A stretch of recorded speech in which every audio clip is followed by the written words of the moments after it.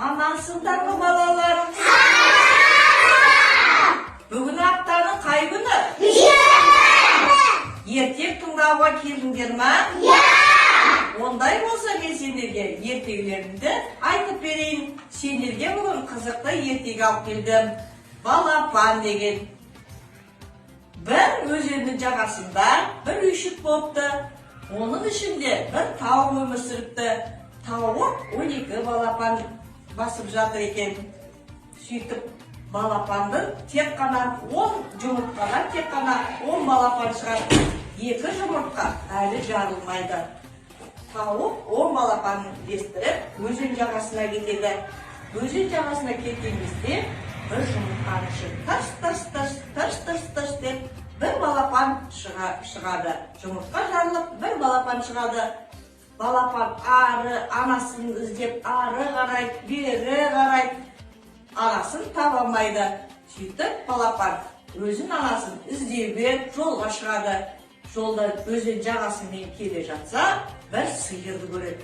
Сиырдың қасына барады да, сиырдың дәу екенін көріп, бүйтіп басын созып қарайды да, балапан сиырға қарап айтады: "Сіз менің анамсыз ба?" дейді. "Жоқ." Сиыр айтады: "Жоқ, мен сенің анаң емесмін. Мен сенің анаңа әлде қайда дәумін" дейді. Содан кейін балапан ары қарай кетеді. Кетіп бара жатса жолда ешкі тұрады. Ешкінің қасына барып: "Сіз сиырдан кішкентай екенсіз. Сіз менің анам болатын шығарсыз" дейді. "Жоқ, мен сенің емесмін. Сенің анаңның 2 аяғы, ұзын қанаты бар" дейді. "Менің 4 аяғым бар, және де мен қанатым жоқ" дейді. Балапан ары қарай кетеді. Бір талдың басында қараса, қарға қонып тұр екен ұясының қасында. Қарғаның қасына барып: "Сіз менің анам шығарсыз. Сіздің 2 аяғыңыз бар екен, және қанатыңыз бар екен" дейді. Қарға балапанға қарап тұрып: "Жоқ, менің дұрыс 2 аяғым бар, ұзын қанатым бар, бірақ мен сенің анаңа әлде қайда биік ұшамын. Мен сенің анаң емеспін.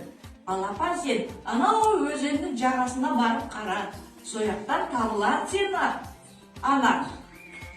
Балапан көңілсіз жолда кетіп бара жатса, бір алдынан үйрек шығады. Үйрек көлдің жағасында балапандарын ойнатып жүр екен. Үйрек балапан жүгіріп барып үйрекке: "Сіз менің анамсыз ба? Анашым" дейді. Үйрек: "Жоқ балапан, мен сенің анаң емеспін.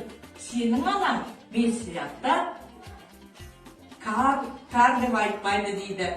"Сен анау өзеннің арғы басына баршы, сояқта бір балапандар жүрген" дейді.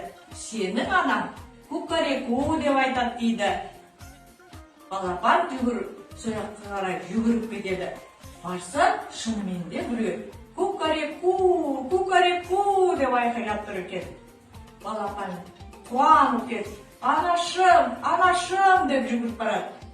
Балапанның дауысын естіген тауық өзінің балапаны екенін танып қояды. Жүгіріп келіп балапанына айтады: "Сен неге ұяда қалмадың? Мен саған азық апаратын едім ғой. Сен жоғалып кетсең қайтесің? Мен сені таба алмайтын едім ғой" деді. Балапан айтады: "Жоқ анашым, сіз барған шығ. Мен сізді өзім іздеп тауып алайын деп жүрмін" дейді.